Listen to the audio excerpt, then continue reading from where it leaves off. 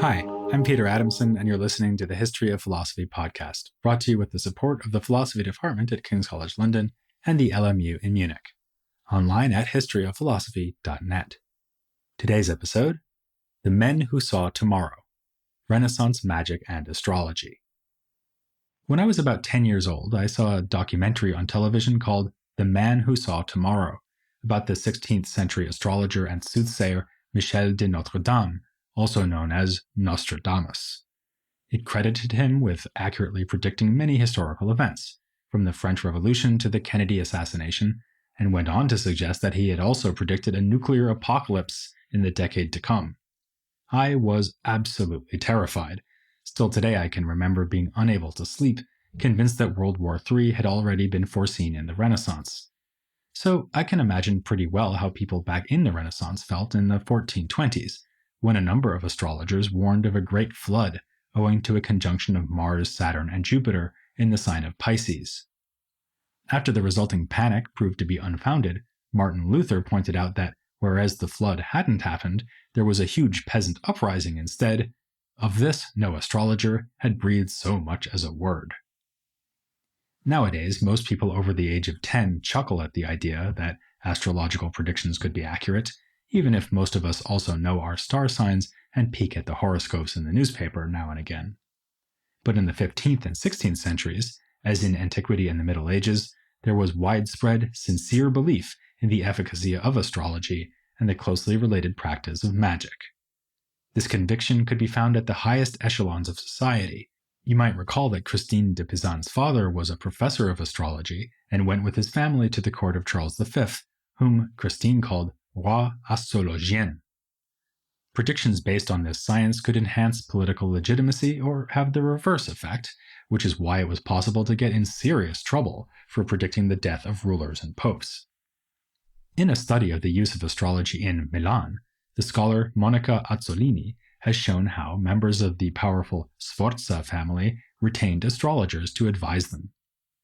When the sickly Gian Galeazzo Sforza died prematurely in 1494, his doctors explained their failure to keep him alive in astrological terms. His modest lifespan was foretold in his nativity. Still, they did their best to ward off this fate, constantly consulting the stars, at one point delaying treatment until a conjunction of the moon with Mars had passed. But this noble patient's death was inevitable due to the terrible influence of the heavens. Besides which, Gian Galeazzo refused to stop eating dangerous fruits, like pears, plums, and apples. Had he also partaken of melon, the doctors would probably have considered it a suicide. We can see from this example that astrology was closely connected to medicine. To cast the horoscope of one's patient was like taking a medical history, and observation of the stars could influence both diagnosis and prognosis. This is illustrated well by the controversial notion of critical days, which goes all the way back to Hippocrates and Galen. Both ancient doctors asserted that there are pivotal junctures in the development of an illness, which fall on days 7, 14, and 20, when the patient will either take a turn for the worse or begin to recover. Galen proposed that critical days are determined by the cycle of the moon, which is divided into periods of somewhat less than 7 days, which is why the third critical day is the 20th and not the 21st.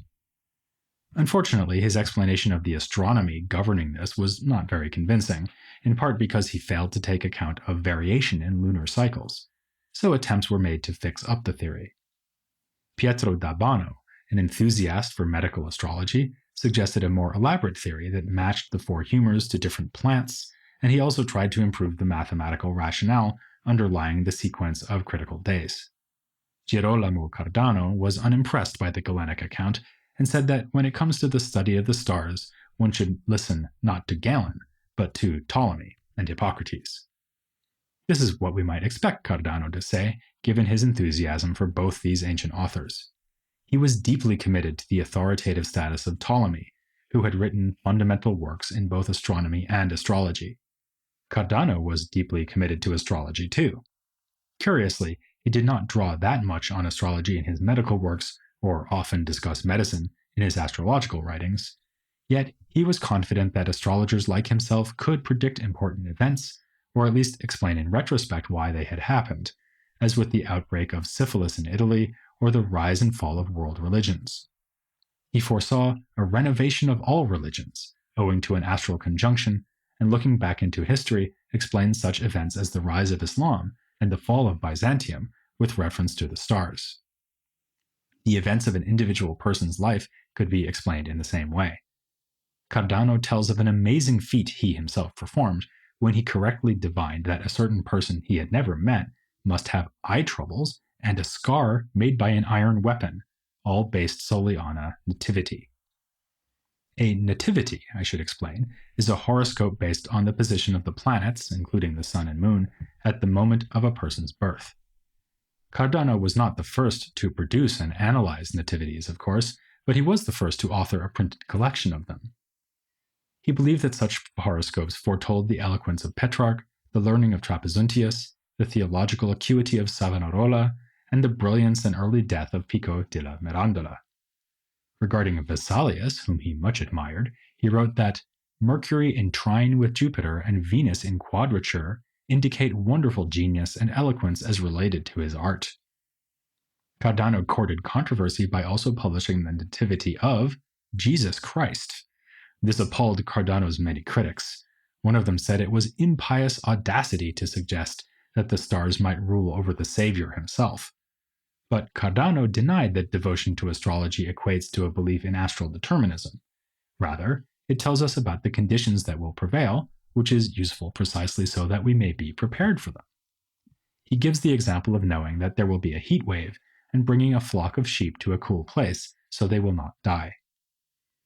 As with medicine and other areas of the humanist movement, the Renaissance approach to astrology often involved an attempt to purify the discipline from medieval accretions, especially those from the Islamic world. Cardano wanted to make astrological practice authentically Ptolemaic and free it from the influence of Abu Ma'shar al-Kabisi and other scientists of the Islamic world, whom he called a crowd of idiots. Agostino Nifo took a similar view. For him, Abu Ma'shar was a prince among the fabulists who had distorted Ptolemy's original teachings. These Ptolemy purists rejected such practices as using astrology to make specific decisions, for instance, when to marry, or whether to make a journey. This technique of interrogations, which played a significant role in Arabic astrology, was not even mentioned by Ptolemy.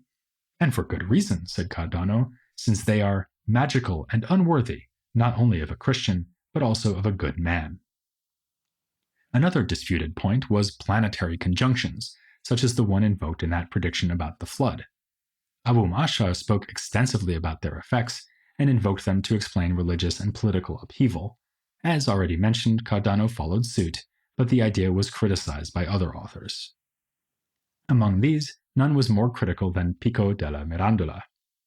Our recent interview guest, Dag Nicolas Hasse, has written that conjunction theory was a main target of Pico's Disputations Against Judicial Astrology, published posthumously because he was still at work on it when he died.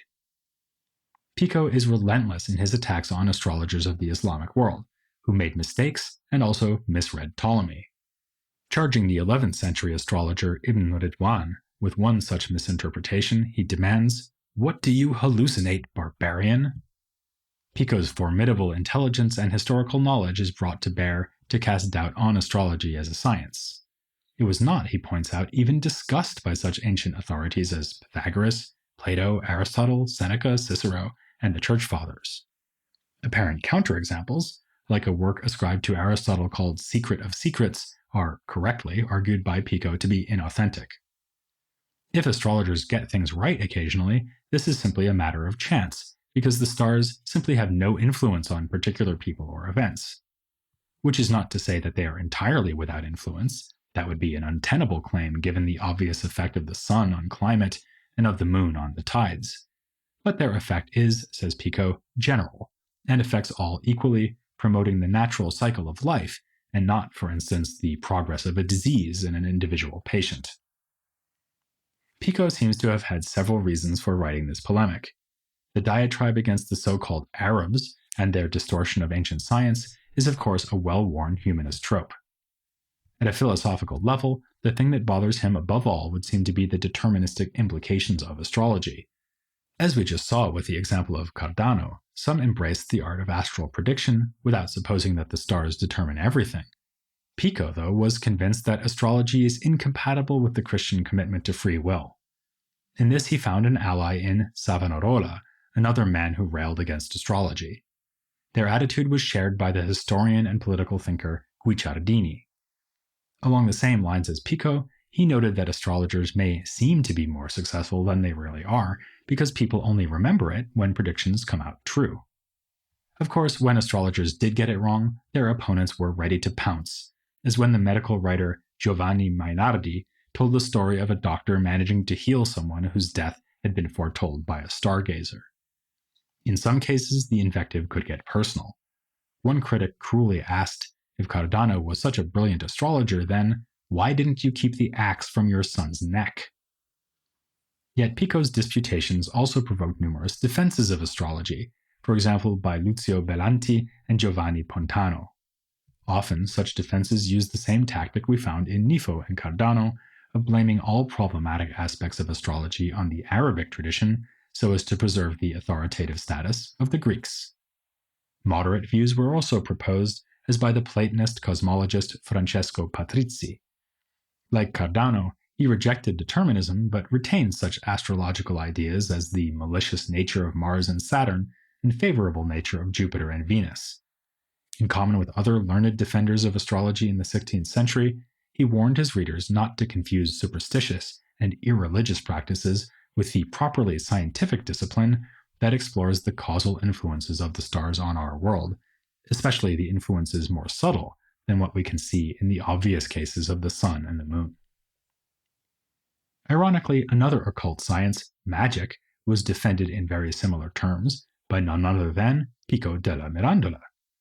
In the list of conclusions he intended to defend at Rome, he distinguished between natural magic and magic that invokes powers of darkness. The latter is rightly condemned by the Church, while the former is permitted and can be based upon universal theoretical foundations. Indeed, magic is the noblest part of natural science. For Pico, the correct approach lies in the study of the Jewish mystical tradition he calls Kabbalah, so that magical powers may be discovered in Hebrew words or Kabbalistic numerology. He also approves of the ancient Greek Orphic hymns as an important body of magical teachings and draws a parallel between them and the Hebrew tradition. Just as the hymns of David miraculously serve a work of the Kabbalah, so the hymns of Orpheus serve a work of the true, permitted, and natural magic. In his list of propositions, Pico also draws connections between magic and astrology.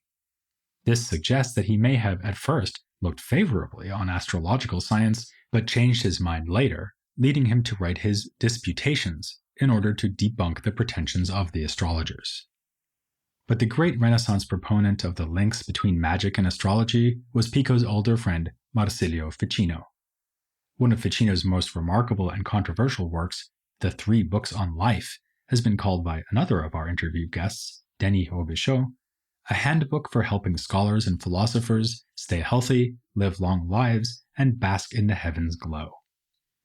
The first of the 3 books offers largely conventional medical advice based on the principle that aging is caused by gradual loss of the body's moisture and the vital heat that nourishes that moisture. But as the work goes on, Ficino delves increasingly into astrology and magic. In Book 2, he describes 2 extreme ways of life, one associated with Saturn and characterized by relentless pursuit of contemplative knowledge, the other associated with Venus and involving the pleasures of the flesh. Both have a pernicious effect on health, but the Saturnian lifestyle is preferable because, as Ficino wittily remarks, the wisdom attained through Saturn secures one an eternal life, whereas the sexual delights of Venus give life to someone else. Ficino saw himself as having a Saturnian personality, something he explained by the fact that Saturn was entering Aquarius when Ficino was born in October of 1433. Thus, he is intellectually gifted, but also moody, given to melancholy. He can at least comfort himself with the thought that all the great men who have ever excelled in art have been melancholic. Like Cardano, Ficino holds that knowledge of astrology helps us to shape our futures rather than telling us of an inescapable fate, so our actions can prolong our lifespan, and Ficino tells us how, explaining that one may use knowledge of one's astral nature to choose beneficial diet and medical treatment. He mentions with approval the theory of critical days in the progress of a feverish illness, and explains that the vital spirit that courses through the body responds especially to the power of Mercury, since spirit is mostly air and Mercury is associated with this element. Straightforwardly magical practices like the wearing of talismans are also discussed. Here, Ficino is somewhat skeptical. While such instruments may do some good, this is probably more because of the innate powers of the stones and metal than the shapes into which they have been carved. Standard medical treatment is more reliable than something like a magic ring. The modern reader is apt to think that Ficino's moderate skepticism is not nearly skeptical enough, but he offers a well-considered theory to explain magical phenomena. To see why it is plausible, consider magnetism. All the way back in the time of the pre-Socratics, philosophers had already been interested in this phenomenon. Thales of Miletus said that the magnet must have a soul in it, presumably because it can move of its own accord toward metal. But of course, neither the Greeks nor the medievals had any understanding of magnetic force. For them, it was an occult power, in the sense that its working is hidden. The same can be said of other puzzling natural phenomena, like the power of stingrays to stun their victims. Belief in magic can be seen as an extrapolation from these cases. An object like a talismanic stone may have an occult power of its own, which it acquired while forming in the earth thanks to the influence of the stars. If magic is simply the manipulation of such natural powers, then there's nothing wrong with it, any more than it would be wrong to use a magnet. As Cardano would later say, magic is nothing unless you place it as part of either medicine or natural philosophy, and understood in this way, magic is no more illicit than carpentry. Furthermore, Ficino has a way to explain how the hidden or occult forces work, namely that the whole universe is held together by bonds of sympathy. He tells us that the third book of his treatise On Life developed out of his commentary on Plotinus, which explains his use of the sympathy theory. Plotinus too invoked this originally Stoic concept to explain a range of natural phenomena, including even human vision. For both Plotinus and Ficino, the idea has a pleasing affinity with Pythagoreanism too. Ficino illustrates it with the case of two string instruments which vibrate in sympathy with one another. Very appropriately, considering that this podcast episode is being released on Valentine's Day, Ficino also integrates his account of magic with his theory of love, which we discussed in an earlier episode. The whole cosmos does have a unifying love or sympathy, but there's a particular bond between things that have relevant similarity. Love is itself a magician, says Ficino, because an act of magic is the attraction of one thing by another in accordance with a certain natural kinship. This is why, according to Ficino, people of the same star sign are apt to fall in love with one another. It's also why planets are linked to certain bodily constitutions, material substances, colors, and so on, and why there can be a science for studying and exploiting such resonances. Again, these are entirely natural powers and effects, like the magnet. If love is a magician, then nature herself is a sorceress. But Ficino knew that he was treading on dangerous ground, and wrote an apology to explain why he had written so much about magic. He imagines critics complaining, "Marsilio is a priest, isn't he? Indeed he is. What business then do priests have with medicine or, again, with astrology?" Another will say, "What does a Christian have to do with magic or images?" In his own defense, he protests that he only ever practices natural magic, as opposed to seeking concourse with demons. Not that he doubts the existence of demons. They are regularly invoked in the Platonist literature Ficino knows so well, with the most famous example being the divine voice of warning heard by Socrates, as mentioned in the Platonic dialogues. A somewhat more recent source was our old friend Michael Psellos, whose work on demons was translated by Ficino. Following Psellos, Ficino distinguished demons into various types, classified in terms of their connection to different elements and planets. These resonances explain why astral magic can summon demons or induce them to influence our world. But the fact that we can do this doesn't mean that we should.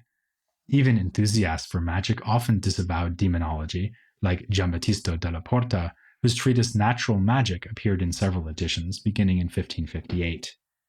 The title is carefully chosen.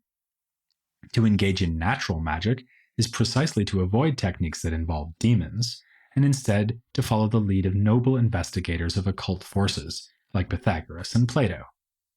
If such reassurances were designed to keep Della Porta out of trouble with the authorities, they didn't work. His book was placed on the Index of Proscribed Books by the Papal Inquisition, and unsurprisingly so, given that it discussed such things as the Witch's Salve, a potion that allows witches to teleport to Black Sabbaths. To be fair, though, Della Porta discussed the Witch's Salve in order to provide a naturalist account of something that only seemed like magic or witchcraft. The potion affects the imaginations of those who imbibe it and makes them think they have been elsewhere. This detail fits with an emerging picture of Renaissance attitudes towards the occult sciences, namely that a sober, scholarly approach would explain some magical phenomena while rejecting others in a display of sound scientific skepticism. Hence, Pico embraced magic but turned against astrology. Ficino thought talismans work, but probably only because of the metal they're made of, and even Cardano admitted that astrology was a merely probable art. This is why his own predictions were sometimes wrong, in one case, happily so. He forecast regular illnesses for his daughter, but she enjoyed good health. Even the most skeptical thinkers had to allow some scope for the supernatural, as we can see from the case of Pietro Pompanazzi. His work On Incantations from 1556 is a splendid example of debunking, which shows how apparently magical effects can be explained without recourse to magic. You might remember that in the interview with Dag Hasse, he told us about how Pompanazzi undermined the story of a miraculous appearance of Saint Celestine, which put an end to torrential rainfalls. Pompanazzi was also unimpressed by the use of demonology to heal illnesses. Do the demons carry with them boxes, satchels, and bags full of plaster, like surgeons and apothecaries? But even Pompanazzi had to admit that genuine miracles do sometimes occur. These are not brought about by human magicians, but by God, and they are beyond the power of human reason to explain. From this we can see that these skeptically minded philosophers had to tread just as carefully as the believers in magic and astrology. The happy and orthodox medium was to accept that some things are beyond our ken, while steering clear of demonology, astral determinism, or tracing the rise of religion or incarnation of Christ to the effect of the stars. The authoritative response was similarly ambiguous. Papal bans were placed on only some forms of magic, Della Porta was put on trial, but not convicted, and he managed to get his treatise on magic taken off the index through some judicious revision for a further edition. Much depended on who was pope at any given time. When Inquisitor General Michele Ghislieri took the post in 1565, that heralded a time of repression, but half a century later, Campanella found himself conducting a magical seance with Pope Urban VIII to ward off his death by astral influence, a story that embarrassed the Pope once it got out. So you could get away with a lot at some points during the Renaissance, while at other points the popes were more dangerous even than melons. The key thing was to know which lines not to cross, a task at which the protagonist of our next episode failed miserably. Giordano Bruno, victim of Renaissance Italy's most notorious act of persecution. That's here next time on The History of Philosophy Without Any Gaps.